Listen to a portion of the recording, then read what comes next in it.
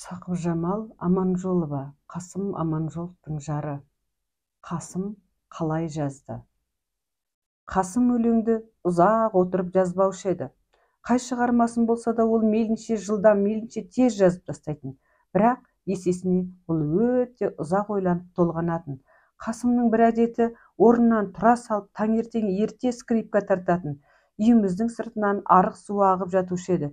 Төсектен ерте тұрып кеткен Қасым сол арық суына аяғын салып, тастың үстінде отырып сыбызғы тартатын. Сондай шақта жанына бара қалсаң, көбіне көп келген кеткен кісіні сезбей, өзімен өзі боп терең ойға батып отырар еді. Қатты бір толқып кеткен шақтарында сыбызғы тартып отырған Қасым көзінен мөлдіреген жас тамшыларын байқауға болар еді. Ал сыбызғыны ойнап болған сәттерінде үйге қайтып келе жатқан кезінде жолыққанда екі көзі сексеуілдің шоғындай жайнап, әлде бір отты сезімдер құшағында болған анық байқағамын. Өлең алдымен Қасымның жанына кіріп, жалынына шомылушы еді.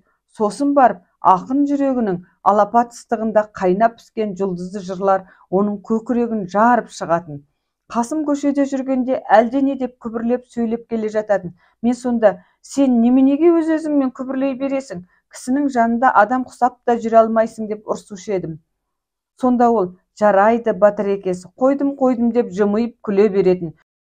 Сөйтсем, ол ойына қонақтаған, көкірегіне түйген, жүрегіне сыймаған отты жыр жолдарын ойнатып келе жатады екен ғой. Қасым шайды жақсы көруші еді. Таңертең шайға қанып алғаннан кейін ол біресе домбыра тартып, біресе гармонды ойнап, біресе сыбызғысын сызылтып ұзақ отырар еді. Сосын сыртқа шығып кетіп, аула ішінде ойланып ұзақ жүруші еді. Көбіне ол түнде жазатын. Маған: "Сен шаршадың ғой, енді демал, мен біраз жұмыс істеп тастайын" деп түннің бір кезінде өлең жазуға кірісер еді. Сондай күндерде кейде тіпті Қасымның қашан, қалай жазып, қай кезде жатқанын да білмей қаламын. Таңертең оянсам, қатты шаршаған Қасым тұяқ серппей ұйықтап жатады. Стол үстінде әлі сиясы кетпеген жыр шумақтары тұрады. Біз Городская көшесіндегі үйде тұрғанымызда кісі өте көп болды. Үйге келетіндердің бәрі дерлік жастар, арасында Тахауи, Сырбай, Тәкең, Ғафулар бар. Қасекеңнің кейде бір шарт ете қалатын найзағайдай шырт етпе мінездері бар. Сонысына бағып, оларға қатты ұрсып талатын. Бірақ олар сонда да келуін сиретпейді. Жылдар мен жырлар.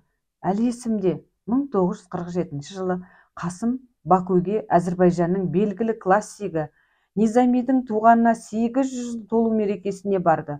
Бұл жолы ол ұлы Мұхтар Әуезовпен сапарлас болған еді. Сол сапарында ол осы күні жұртшылыққа кең тарап кеткен Низами тойында деген өлеңін жазды. Әрбір алыс сапардың абыройымен бірге ауырлығы да бар. Әсіресе Әуезов сынды ұлы адаммен сапарлас болу адамға аз жауапкершілік жүктемесе керек. Қуаныштысы, Қасым сол жауапкершілікті барлық жан жүрегімен сезіне білген екен. Өмірде ешқашан ешкімге басын иіп көрмеген тәкаппар ақын, қайыспас қайсар азамат Қасымның болмашыға шырт етіп, жай оғындай жарқылдап кететін тентектік мінездері де болушы еді. Бірақ ол өзі пір тұтатын алыптың алдында аласара да білетін. Ұлы Әуезов жанында болған кезде де сондай ұлағаттылық танытыпты. Қасым талантын бұрында танып құрметтеген сұңғыла суреткер оның ұстамдылығы мен парасаттылығына да ден қойса керек.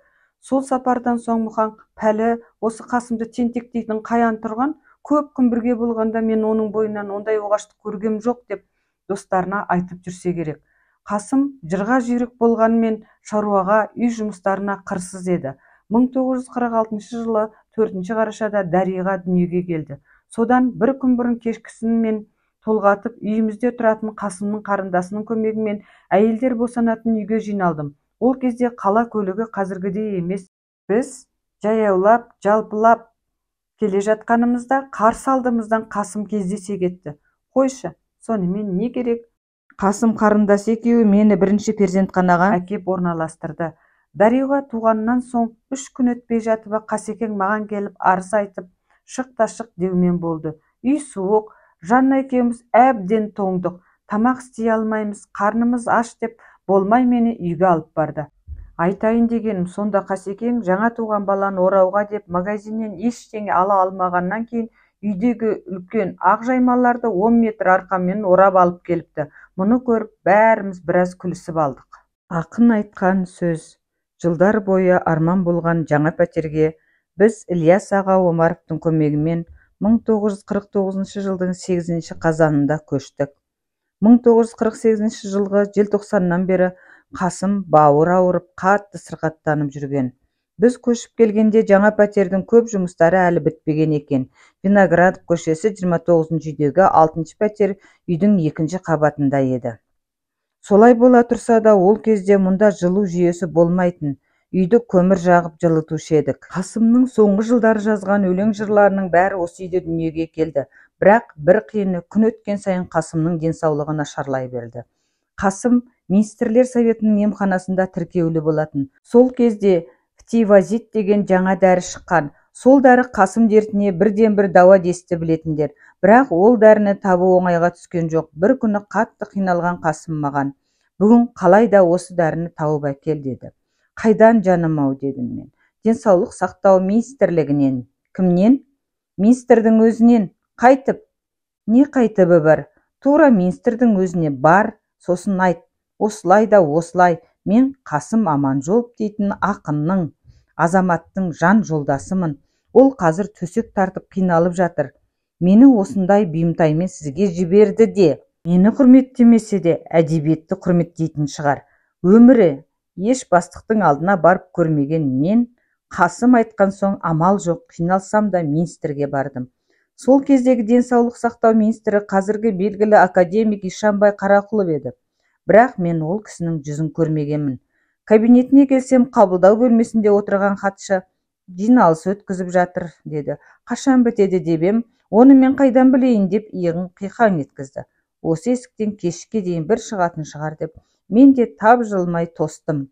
Арада 2 сағаттай уақыт өткенде жиналыс аяқталып, дүр етіп орындарынан көтерілген жұрт дуылдап сыртқа шыға бастады. Елдің соңын ала шыққан орта бойлы, ақсары жүзді қазаққа қарсы жүріп: "Кешіріңіз, Ишанбай аға, сіз боласыз" дедім.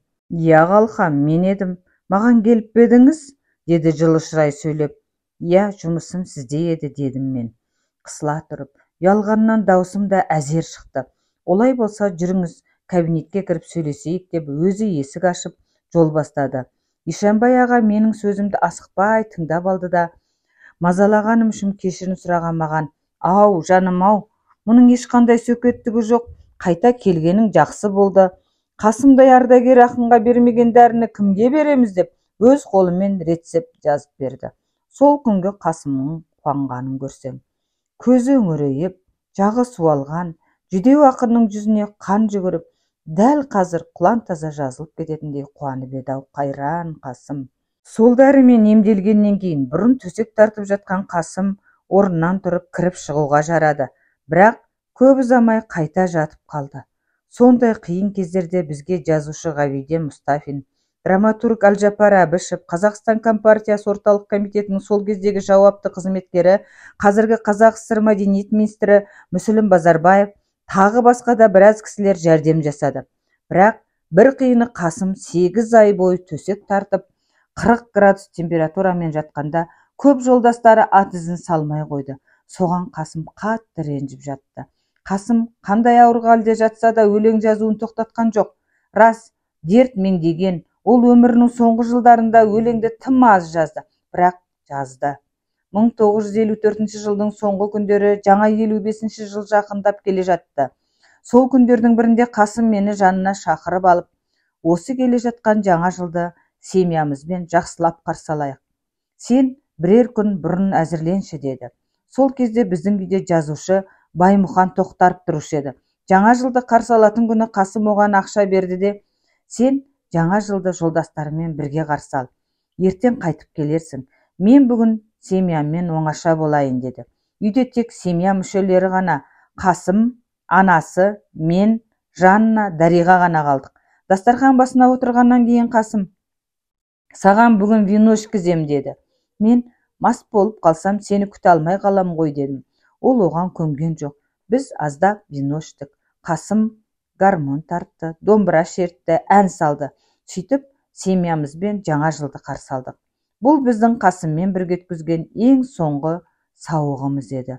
Соның ертесінде Қасым қайтадан нашарлай бастады. 2 қаңтар күні түнгі сағат 3-те бұрынғыдан бетер ауырлап әлсіреп қалды. Ағасы Ахметжанға хабар бердік. Олар келіп, достары да хабарланып, бәрі жиналып, бірнеше күн Қасымның қасында кезектесіп отырды. Сондай күндердің бірінде Қасым мені тағы да қасына шақырып алды. Бұл 17 қаңтар күнгі күндізгі сағат 3 кезі еді. Қасым: сен мені жуындыр, сосын төсекті үйдің ортасына сал. Сонан кейін жазушылар одағына хабарла, басшылар келсін деді. Мен Қасым сөздерінен қатты секем алсам да сыр бергем жоқ. Айтқанның бәрін бұлжытпай орындадым. Сол күні туыс-туғандар, Қасымның дос жолдастары бәрі келіп, біраз отырып, түннің бір уағында тарасып кетті. Олар барда сергек Қасым кісілер үйден кетісімен тағы да нашарлап әлсірей бастады. Үйде отбасы мүшелерінен өзге ағасы Ахметжан, құдамыз мұсылман деген кісілер бар еді. Қасым Әбділдағай келді ме деп қайта-қайта іздеп жатты. Бірақ ол кісі келмеді. Онда ол Москвада командировкада жүреді. Есі кірген бір шақта Қасым мені жанына шақырып алып, мойнымнан құшақтап, аузын құлағыма тақап, бір нәрселер айтқысы келіп еді, бірақ айта алмады. Балалардың атын атады да талықсып кетті. Біраздасын есін қайта жиып алған Қасым жан-жағына күлімсіреп қарады да: сендер мені қимай отырсыңдар ғой, енді қиыңдар, деді де үзіліп жүре берді. Жазып алған Хасен Өзденбаев, Жалын журналы, номер 3, 2010 жыл. Тыңдағандарыңызға рахмет. Лүпіл басып қолдап отырыңыздар.